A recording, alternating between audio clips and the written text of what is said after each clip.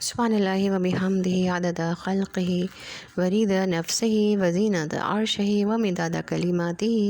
اللہم صلی علی محمد وعلی آل محمد کما صلیت علی ابراہیم وعلی آل ابراہیم انک حمید مجید اللہم بارک علی محمد وعلی آل محمد کما بارکت علی ابراہیم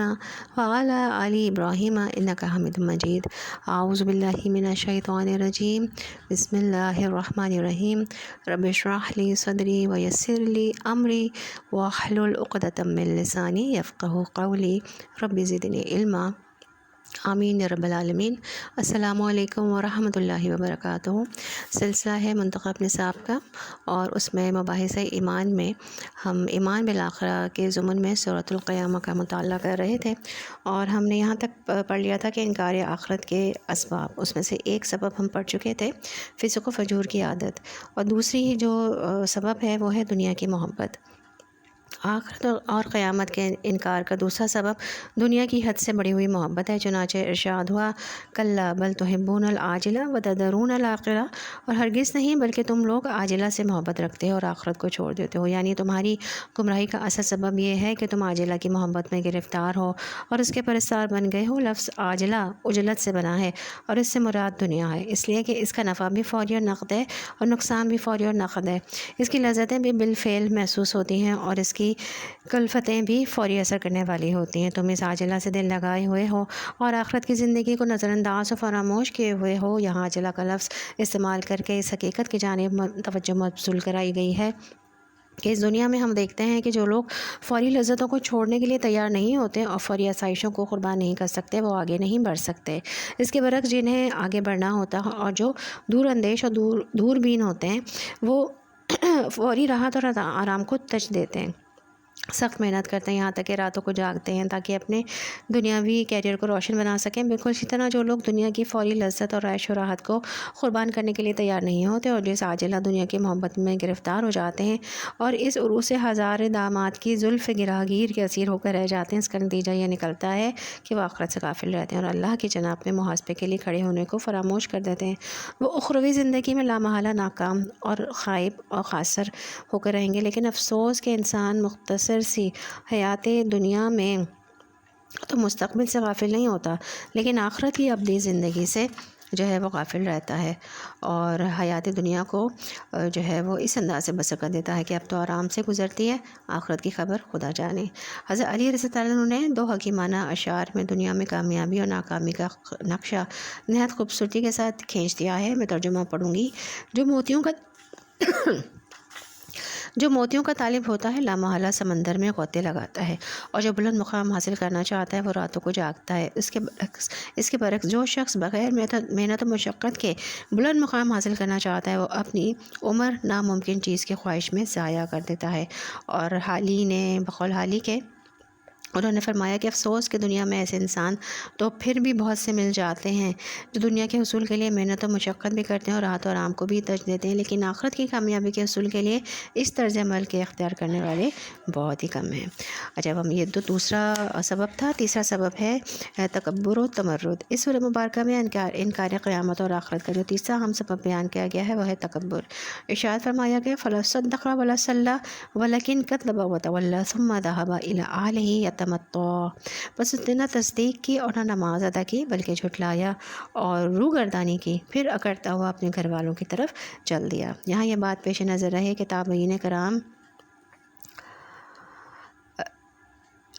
کرام میں سے جن حضرات کو تفسیر قرآن سے خصوصی شغف تھا وہ کہتے ہیں کہ اگرچہ یہ الفاظ عام ہیں اور ان میں ایک عام متکبر انسان کی نقشہ کشی کی گئی ہے، لیکن یہاں معین طور پر ابو جہل مراد ہے۔ یہ بات عرض کی جا چکی ہے کہ ابو جہل کے اعراض و افکار اور کفر و تکذیب کا سب سے بڑا سبب تکبر تھا۔ وہ نبی کریم صلی اللہ علیہ وسلم کے سامنے نیچا ہونے کے لیے تیار نہیں تھا، اس لیے اس نے تصدیق نہیں کی۔ فلا صدق میں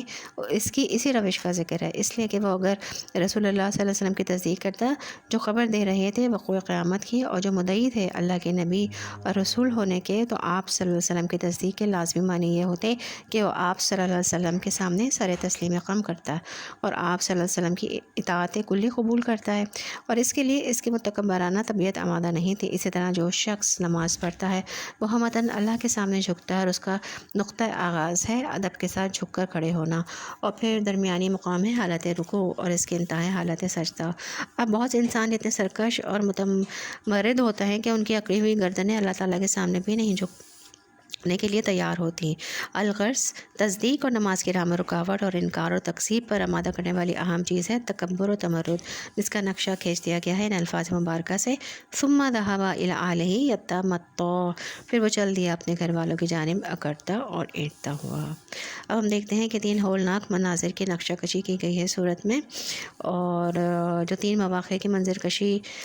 ہے جن کی ایسی کامل تصویر لفظی پیش کر دی گئی ہے کہ نگاہوں کے سامنے پورا نقشہ آ جاتا ہے۔ ایک نقشہ ہے الساعتوں کا، یعنی وہ بڑی ہلچل جو کائنات کے نظام میں آنے والی ہے، جس کے بارے میں سورۃ الحج میں بھی فرمایا گیا، اے لوگوں اپنے پروردگار اپنے آقا یعنی اللہ کا تقوی اختیار کرو، اس کی نافرمانی سے بچو۔ واقعہ یہ کہ الساعتوں کا زلزلہ بڑی خوفناک چیز ہے اور بہت ہولناک واقعہ ہوگا۔ ربنا اصرف عنا عذاب جہنم اللہم اجرنا من النار، اور یہ قیامت کی آمد کا پہلا نقشہ ہے جیسے قرآن مجید میں یہاں الساعتوں سے موسوم کیا گیا ہے۔ اسی کو دوسرے مقامات پر القاریہ،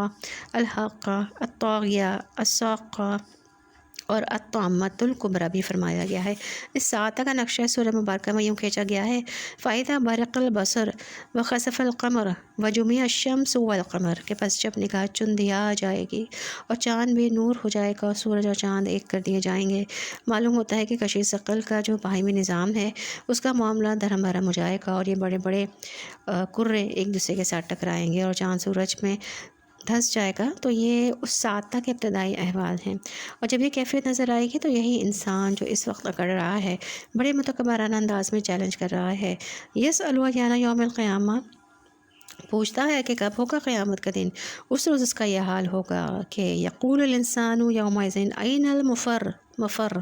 کہ یہ انسان کہہ رہا ہوگا کہ ہے کوئی جائے فرار، ہے کوئی پناہ گاہ۔ جواباً اللہ تعالیٰ کی طرف سے ارشاد ہو رہا ہے، کلا لا وزر الی ربک یومئذ المستقر ینبأ الانسان یومئذ بما قدم واخر، ہرگز نہیں اس روز کوئی جائے پناہ نہیں ہوگی، اس روز تو تیرے رب ہی کے سامنے جا کر ٹھہرنا ہوگا۔ اس روز انسان کو جتلا دیا جائے گا کہ جو کچھ اس نے آگے کیا یا آگے بھیجا، اور جو کچھ پیچھے کیا یا پیچھے چھوڑا۔ یہ ایک نقشہ تو الساعتوں کا ہے جو کھینچا گیا، دوسرا نقشہ ہے یوم القیامہ کا، کہ جس لوگ اپنے رب کے حضور میں کھڑے ہوں گے، نتیجے کا اعلان ہونے والا ہوگا۔ جیسے کہ آپ نے اسکول میں دیکھا ہوگا کہ جس روز سالانہ امتحان کا نتیجہ نکلتا ہے تو طالب علم جب کھڑے ہوتے ہیں تو نتیجہ گویا ان کے چہروں پر پہلے سے لکھا ہوا ہوتا ہے، جو کامیاب ہونے والے ہوتے ہیں، جن کو معلوم ہے کہ ہم امتحان کے پرچے اچھے کر کے آئے ہیں، ان کے چہرے تر تازہ ہوتے ہیں، انہیں کوئی تشویش نہیں ہوتی، اور جنہیں معلوم ہوتا ہے کہ ہم فیل ہونے والے ہیں، وہ نتیجے کے متعلق خود جانتے ہیں کہ وہ کیا ہوگا۔ اسی کیفیت کو سورہ مبارکہ کی آیت 14-15 میں یوں فرمایا گیا ہے، بل الانسان علی نفسہ بصیرہ ولو القی معاذیرہ، بلکہ انسان اپنے لیے خود ہی دلیل ہے، ہر انسان کو خوب معلوم ہے کہ وہ کتنے پانی میں ہے اور وہ کہاں کھڑا ہے، خواہ وہ کتنے ہی بہانے تراشے اور معذرتیں پیش کرے اور اپنی چرب زبانی سے اعتراض کرنے والوں کی زبانیں بند کرتے، لیکن وہ اپنی تمام باطنی کیفیات اور اپنے اصل محرکات عمل کو اچھی طرح جانتا ہے۔ لہذا جب لوگ بارگاہ رب العزت میں کھڑے ہوں گے تو ان کے چہروں پر ان کا انجام، ان کے امتحان کا نتیجہ لکھا ہوا ہوگا۔ اسی بات کو اگلی آیات 22 سے 25 میں فرمایا گیا، وجوہ یومئذ ناظرہ الی ربہا ناظرہ،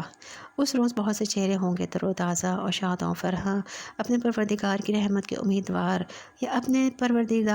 پروردگار کی جانب دیکھتے ہوئے۔ اس کے برعکس یعنی کہ جن کے چہرے تر و تازہ ہوں گے اور شادہ فرحاں ہوں گے، اللہ تعالیٰ سے دعا ہے کہ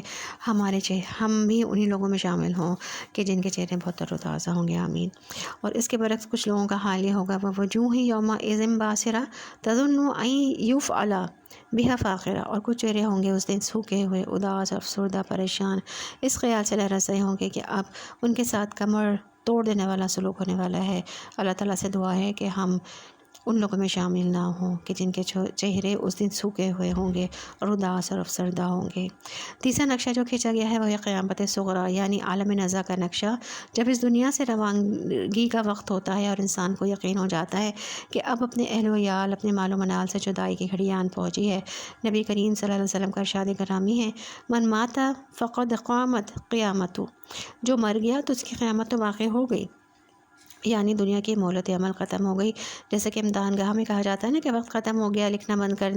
کر دیا جائے، قلم رکھ دیے جائیں، تو یہ موت در حقیقت مہلت عمل کے ختم کا نام ہے اور وقوع جزا و سزا کا مقدمہ اور پیش خیمہ ہے۔ اس وقت کا نقشہ کھینچا گیا ہے، کلا اذا بلغت التراقی وقیل من راق، ہرگز نہیں، جب جان ہنسلیوں میں آ پھنسے گی اور کہا جائے گا، یعنی تیماردار کہیں گے، ہے کوئی جھاڑ پھونک کرنے والا، یعنی اب تو ساری تدبیریں ناکام ہو چکی ہیں، مولے جواب دے چکے۔ آپ نے دیکھا ہوگا اس موقع پر بسا اوقات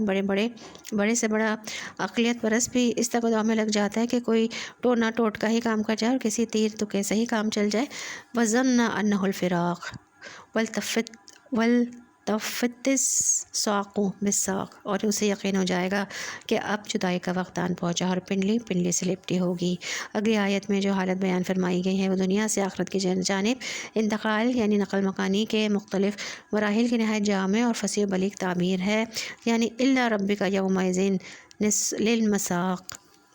اس روز کہا جائے گا آج تو تجھے اپنے رب کی طرف ہی جانا ہے، چاروں نہ چار کشاں۔ الغرض سے 3 نقشے ہیں جن کو پیش کرنے سے مطلب و مقصود یہ ہے کہ جو لوگ آخرت اور قیامت کے منکر ہیں، جو کبوتر کے مانند اپنی آنکھیں بند کیے ہوئے ہیں، جو اپنی فطرت کی گواہی پر غوری نہیں کر رہے، اپنی ضمیر کی پکار کو نہیں سن رہے ہیں، اس کی خلش پر دھیان نہیں دے رہے ہیں، نفس ملامت گر کی پرواہ نہیں کر رہے، جو عقل و قرد و فہم و ادراک نیز شعور سے کام نہیں لے رہے، اس کے باطن کی بصیرت شاید ان واقعات و حالات کی تذکیر سے جاگ جائے جن کا وقوع پذیر ہونا یقینی، قطعی اور حتمی ہے، جیسا کہ سورۃ الذاریات میں فرمایا گیا، انما توعدون لصادق وان الدین لواقع، بلا شبہ تم سے جو وعدہ کیا جا رہا ہے وہ سچا ہے، حق ہے، اور یقیناً جزا و سزا واقع ہو کر رہے گی۔ گویا جو لوگ ان حقائق کو اپنے شعور و ادراک سے دور رکھے ہوئے ہیں اور ان کی طرف سے اپنی نگاہیں بند کیے ہوئے ہیں اور جو خواب غفلت میں مدہوش ہیں،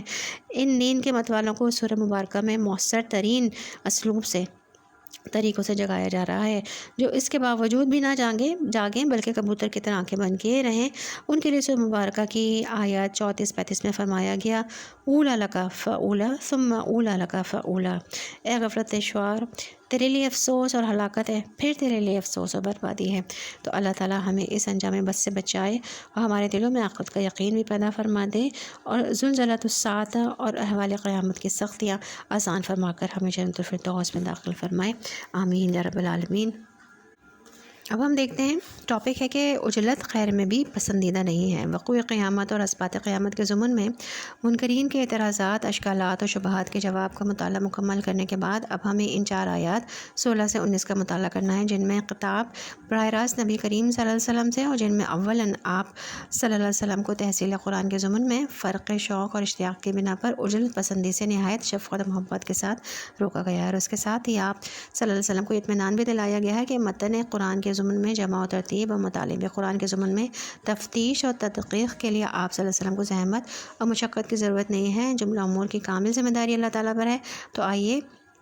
پہلے ان آیات مبارکہ کا ایک سلیس اور رواں ترجمہ ہم سامنے رکھتے ہیں، پھر ان میں سے مقدمہ ذکر مضمون پر کسی قدر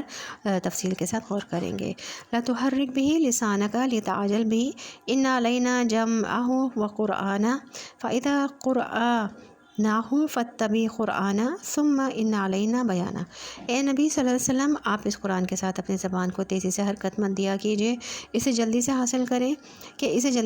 کریں، یقیناً ہمارے ذمہ ہے اس کا جمع کرنا اور اس کا پڑھوانا۔ تو پھر جب ہم اسے فرشتے کی زبانی پڑھ چکے ہیں تو اس پڑھنے کی آپ بھی پیروی کیجیے، پھر ہمارے ہی ذمہ اس کی وضاحت بھی۔ یہ بات اس سے پہلے بھی عرض کی جا چکی ہے، یہ قرآن مجید کا اسلوب جو ہے وہ خطبہ ہے، اور خطبے میں تحویل خطاب ہوتا رہتا ہے کہ ابھی خطیب کسی ایک جانب مخاطب تھا، پھر اس کا خطاب کسی دوسری جانب ہو گیا، مزید برآں کبھی وہ حاضر کو غائب فرض کر کے گفتگو کرتا ہے، کبھی غائب کو حاضر فرض کر کے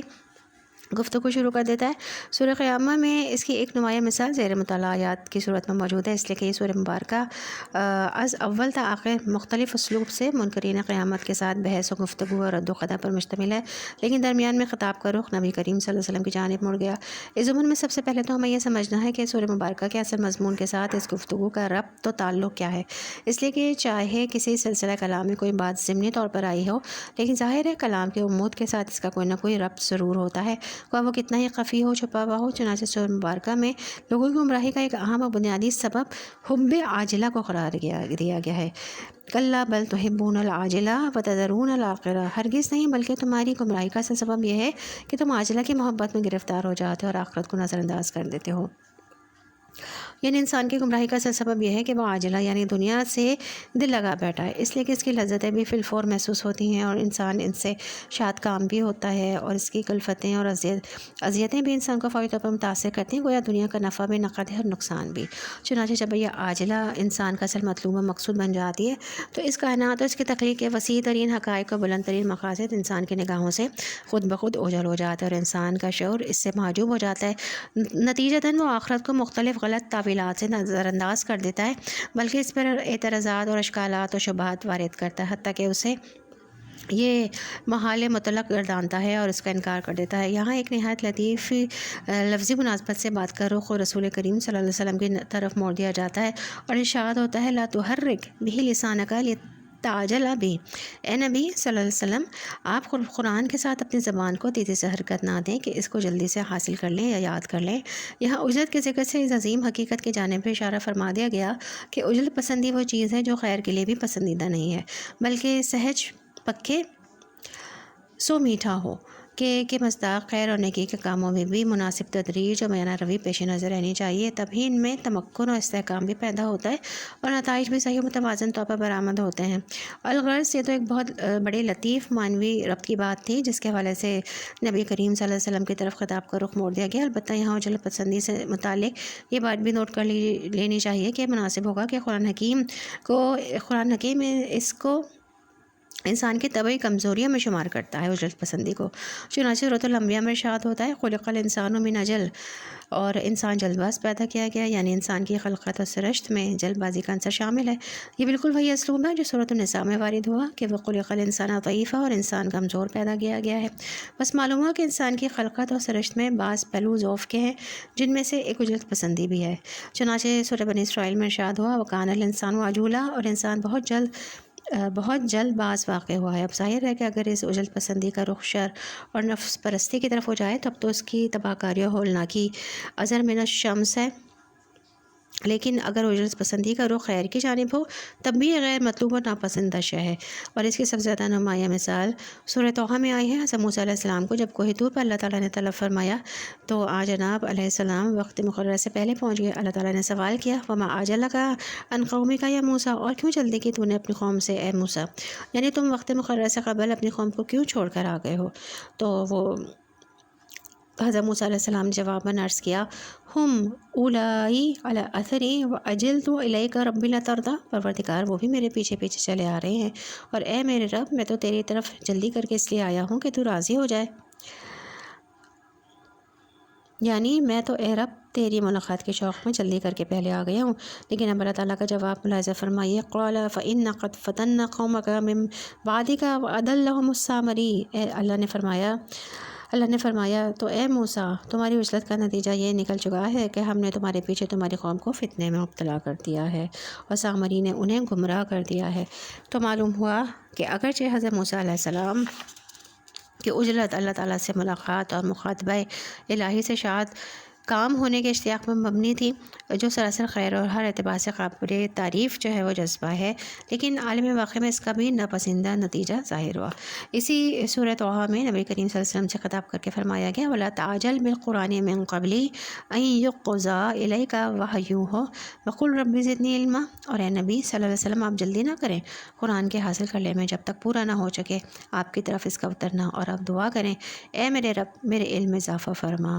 ربی زدنی علما، یعنی اے نبی صلی اللہ علیہ وسلم آپ کا ذوق و شوق ہمارے علم میں ہے، آپ کا یہ اشتیاق اپنی جگہ، لیکن ہم نے نزول قرآن کے لیے ایک ترتیب اور ایک تدریج مقرر کر رکھی ہے ہماری حکمت بالغہ میں۔ اس کا جو بھی وقت معین ہے اس کا نزول اسی کے مطابق ہوگا۔ رہی علم کی وہ پیاس جو آپ کو اپنے قلب مبارک میں شدت کے ساتھ محسوس ہوتی ہے، تو اس کے لیے آپ دعا کرتے رہا کیجیے کہ اے میرے رب میرے علم میں اضافہ فرما۔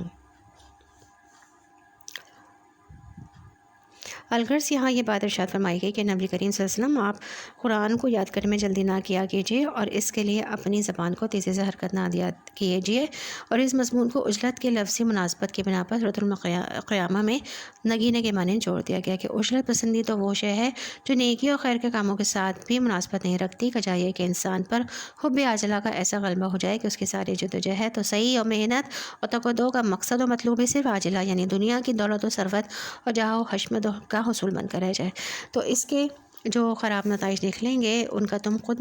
بخوبی اندازہ کر سکتے ہو۔ اس پورے مفہوم کو دریا کو کوزے میں بند کرنے کے انداز میں نہایت فصاحت اور بلاغت کے ساتھ ان دو آیات میں سمو دیا گیا، یعنی تمہاری تمام تر گمراہی اور ضلالت و کفر و تکذیب اور اعراض و افکار کا اصل سبب یہ ہے کہ تم عاجلہ اس دنیا کی محبت میں گرفتار ہو اور آخرت کو نظر انداز کر دیتے ہو۔ یہاں ضمناً ایک وضاحت ضروری ہے، وہ یہ کہ قرآن مجید میں سارعوا اور سابقوا کے الفاظ بھی متعدد مقامات پر وارد ہوئے ہیں، جیسے سورہ آل عمران میں فرمایا گیا وَسَارِعُوا إِلَىٰ مَغْفِرَةٍ مِّن رَبِّكُمْ، اور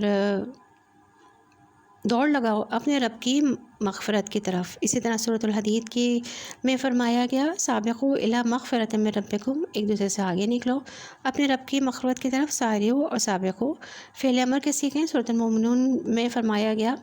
مومنین صادقین کے اوصاف کے ضمن میں کہ یہ دونوں الفاظ خبریہ انداز میں فعل مضارع اور اسم فاعل کی صورت میں وارد ہوئے ہیں۔ اولئک یسارعون فی الخیرات وہم لہا سابقون، یہی لوگ ہیں جو بھلائیوں کے لیے تیز گام ہیں اور اس راہ میں سب سے آگے نکل جانے والے ہیں۔ سریع یسرع، سرع یسرع سے باب مفاعلہ کا مصدر ہے، اور مسارعۃ اور سبق یسبق و یسبق سے باب مفاعلہ ہی کا مصدر ہے۔ مسابقۃ یہ دونوں قریب المفہوم اور تقریباً ہم معنی الفاظ ہیں۔ ان دونوں کا مفہوم ہے کہ ایک دوسرے سے آگے نکلنے کی کوشش میں دوڑ لگانا، البتہ مسارعت مسابقت اپنے اساسی مفہوم کے اعتبار سے اجرت پسندی سے قدرے مختلف شے ہے۔ واضح رہے کہ مسارعت اور مسابقت کا جذبہ بھی طبع انسانی میں بلٹ ان ہے، ودیعت شدہ ہے، چنانچہ ہر انسان دوسرے لوگوں سے آگے نکلنا بڑھنا چاہتا ہے۔ قرآن مجید مسارعت مسابقت کے اس جذبے کے رخ کو خیر کی طرف موڑ دینا چاہتا ہے۔ وہ انسان کو تعلیم دیتا ہے اور تلقین کرتا ہے کہ دنیا یعنی دنیاوی دولت و ثروت اور جاہ و حشمت کے حصول میں ایک دوسرے سے آگے نکلنے کی صحیح کوشش کرنے کے بجائے تم بھلائیوں میں، نیکیوں میں، خیر میں، خدمت خلق میں، عبادات کی بجاوری میں، دین کے احکامات میں اور اس کے اوامر و امر و نواہی کی تعمیل میں، دین کی دعوت و تبلیغ اور نشر و اشاعت میں، اس کی جدوجہد میں اور اقامت دین اور غلبہ دین کے لیے انفال مال اور بذل نفس میں ایک دوسرے سے آگے نکلنے کی کوشش کرو۔ یہ اللہ کی مغفرت اور جنت کے شاہدرے ہیں۔ البتہ ہر کام کے لیے مناسب تدریج بھی ضروری ہے، اور اس کے جملہ شرائط کو پورا کرنے میں جو مناسب وقت لگنا چاہیے اس کے ضمن میں صبر کا مظاہرہ بھی ضروری ہے۔ جیسے اگر نماز کو بہت جلدی پڑھا جا رہا ہو تو رسول خدا صلی اللہ علیہ وسلم کے ارشاد کے مطابق ایسے نماز ادا ہی نہیں ہوتی۔ چنانچہ ایک مرتبہ ایک بدوی مسلمان نے مسجد نبوی میں آ کر جلدی نماز پڑھ لی، تو آپ صلی اللہ علیہ وسلم نے اس سے فرمایا دوبارہ نماز پڑھ، اس لیے کہ تیری نماز ادا ہی نہیں ہوئی۔ لہذا نماز کے ہر رکن کا حق پورے سکون اور ٹھہراؤ کے ساتھ ادا کرنا ضروری اور لازمی ہے۔ اسی طرح اگرچہ قرآن حکیم میں نماز جمعہ کے بارے میں فرمایا گیا اذا نودی للصلاۃ من یوم الجمعۃ فاسعوا الی ذکر اللہ، جس کا لفظی ترجمہ یہ ہے کہ جب نماز جمعہ کے لیے بلایا جائے، آسان ہو جائے تو اللہ کی یاد کے لیے دوڑو۔ لیکن تمام مفسرین کا اس بات پر اجماع ہے کہ یہاں صحیح فاسعوا سے دوڑنا مراد نہیں ہے، اس لیے کہ نماز کے لیے دوڑ کر آنے سے رسول کریم صلی اللہ علیہ وسلم نے منع فرمایا، یہ وقار و سکینت کے منافی ہے۔ لہٰذا یہاں صحیح سے مراد ہوگا لپکنا، یعنی اپنے تمام کاموں سے ذہنی اور عملی تعلق توڑ کر جمعہ کی نماز کے لیے لپکو اور ہمتاً اسی کی طرف متوجہ ہو جاؤ۔ آج کے لیے اتنا ہی کافی ہے، اور اس سے آگے نیکسٹ لیکچر میں ہم اللہ کی جانب سے متن قرآن کی حفاظت اور معنی قرآن کی وضاحت کی ضمانت، اس ٹاپک پر ہم بات کریں گے۔ سورہ قیامہ کی ہی آیات کو ڈسکس کریں گے انشاءاللہ، اور باقی آج تک کے لیے اتنا ہی کافی ہے۔ وآخر دعوانا ان الحمد للہ رب العالمین۔ اب وقت ہے کتاب شہر رمضان پڑھنے کا، اور آج جو ہمارے پاس ٹاپک ہے وہ ہے رمضان شہر القیام، رمضان قیام کا مہینہ۔ اللہ تعالیٰ نے انسانوں کو اپنی عبادت کے لیے پیدا کیا اور عبادت کے طریقے اور اوقات بھی بتائے۔ رمضان وہ مہینہ ہے جس میں بہت سی عبادات کو جمع کر دیا گیا ہے۔ عبادت میں سب سے اہم چیز فرض نمازوں کی بروقت ادائیگی ہے، اور اس کے علاوہ نوافل، چاشت اور اشراق وغیرہ اللہ کے قرب کا ذریعہ ہے۔ اور رمضان کی راتوں میں اخلاص کے ساتھ قیام کرنے پر پچھلے تمام گناہوں کی بخشش کی خوشخبری بھی دی گئی ہے، جیسے کہ نبی کریم صلی اللہ علیہ وسلم نے فرمایا، صحیح بخاری کی حدیث ہے، جس نے ایمان کے ساتھ اور ثواب کی نیت سے رمضان کی راتوں میں قیام کیا اور اس کے گزشتہ سارے گناہ معاف کر دیے گئے۔ اللہ کے نیک بندے ہمیشہ رات کی عبادت کا اہتمام کرتے ہیں۔ ارشاد باری تعالیٰ ہے سورۃ السجدہ میں فرمایا گیا، ان کے پہلو بستروں سے الگ رہتے ہیں اور وہ اپنے رب کو خوف اور امید کی حالت میں پکارتے ہیں، اور ان میں سے جو ہم نے ان کو رزق دیا ہے وہ خرچ کرتے ہیں۔ عام دنوں میں قیام اللیل کرنا ایک مشکل کام ہے، لیکن رمضان کی برکت اور باجماعت نماز تراویح کی صورت میں یہ آسان ہو جاتا ہے۔ متقین کی صفات بیان کرتے ہوئے اللہ تعالیٰ نے فرمایا سورۃ الذاریات میں، وہ رات کو کم سوتے ہیں اور سحر کے وقت استغفار کرتے ہیں۔ اسی طرح رسول اللہ صلی اللہ علیہ وآلہ وسلم نے فرمایا، صحیح مسلم کی حدیث ہے، فرض نماز کے بعد افضل ترین نماز رات کی نماز ہے۔ ابو امامہ رضی اللہ عنہ سے روایت ہے کہ رسول اللہ صلی اللہ علیہ وسلم نے فرمایا، تہجد ضرور پڑھا کرو، کیونکہ وہ تم سے پہلے صالحین کی روش ہے اور تمہارے لیے اپنے رب کے قرب کا وسیلہ ہے، گناہوں کو مٹانے کا ذریعہ اور گناہوں سے بچنے کا سبب ہے۔ رمضان میں تراویح پڑھنا سنت ہے، اور نبی کریم صلی اللہ علیہ وسلم کے قول و فعل دونوں سے ثابت ہے۔ آپ صلی اللہ علیہ وسلم اپنے صحابہ رضی اللہ عنہما کو بھی قیام رمضان کی ترغیب دیا کرتے تھے۔ تراویح جماعت کے ساتھ پڑھنا زیادہ افضل ہے۔ آپ صلی اللہ علیہ وسلم اپنے گھر والوں اور بیویوں کو بھی تراویح کی جماعت میں شریک کیا اور طویل قیام کیا، خصوصاً آخری عشرے میں رات کے قیام کے لیے جگایا۔ حضرت ابو ذر رضی اللہ عنہ فرماتے ہیں کہ ہم نے رسول اللہ صلی اللہ علیہ وسلم کے ساتھ روزے رکھے۔ آپ صلی اللہ علیہ وسلم نے 23ویں رات تک ہمارے ساتھ رات کی نماز نہیں پڑھی، یعنی تراویح۔ پھر 23ویں رات کو ہمیں لے کر کھڑے ہوئے، یہاں تک کہ تہائی رات گزر گئی۔ پھر 24ویں رات کو نماز نہیں پڑھائی۔ پھر 25ویں رات کو آدھی رات تک نماز سے تراویح پڑھائی۔ ہم نے عرض کیا، رسول اللہ، ہماری آرزو تھی کہ آپ صلی اللہ علیہ وسلم باقی رات بھی ہمارے ساتھ نوافل پڑھیں۔ آپ صلی اللہ علیہ وسلم نے فرمایا، جو شخص امام کے ساتھ اس کے فارغ ہونے تک نماز میں شریک رہا، اس کے لیے پوری رات کا قیام لکھ دیا گیا۔ پھر آپ صلی اللہ علیہ وسلم نے 27ویں رات تک نماز نہ پڑھائی۔ 27ویں رات کو پھر کھڑے ہوئے اور ہمارے ساتھ اپنے گھر والوں اور عورتوں کو بھی بلایا، یہاں تک کہ ہمیں اندیشہ ہوا کہ فلاح کا وقت نہ نکل جائے۔ راوی کہتے ہیں کہ میں نے ابو ذر رضی اللہ عنہ سے پوچھا، فلاح کیا ہے؟ تو انہوں نے فرمایا، سحری، یعنی کہ انہیں یہ اندیشہ ہوا کہ سحری کا وقت نہ نکل جائے۔ تو کرنے کے کام کیا ہیں؟ اشراق اور چاشت کے نوافل کی ادائیگی کا اہتمام کریں، قریبی مسجد میں نماز تراویح باجماعت ادا کریں، تراویح سے پہلے ان آیات کا ترجمہ پڑھ کر جائیں جو امام پڑھنے جا رہا ہے۔ نمازوں میں صرف نوافل کی تعداد پر نہیں بلکہ دل کی کیفیت و خشوع پر بھی خاص توجہ دیں۔ فرض نمازوں میں عام دنوں کے بنسبت لمبا قیام کریں۔ نمازوں میں سستی اور تاخیر منافقت کی علامت ہے۔ ہر فرض نماز کو اول وقت میں ادا کرنے کی کوشش کریں۔ تو یہ ٹاپک ہمارا یہاں پہ مکمل ہوا، رمضان شہر القیام۔ الحمدللہ رب العالمین، الصلاۃ والسلام علی رسول الکریم، سبحان ربک رب العزت عما یصفون وسلام علی المرسلین والحمدللہ رب العالمین۔ مجلس کے اختتام کی دعا، سبحانک اللہم و بحمدک، نشہد ان لا الہ الا انت، نستغفرک و نتوب الیک۔ السلام علیکم ورحمۃ اللہ وبرکاتہ۔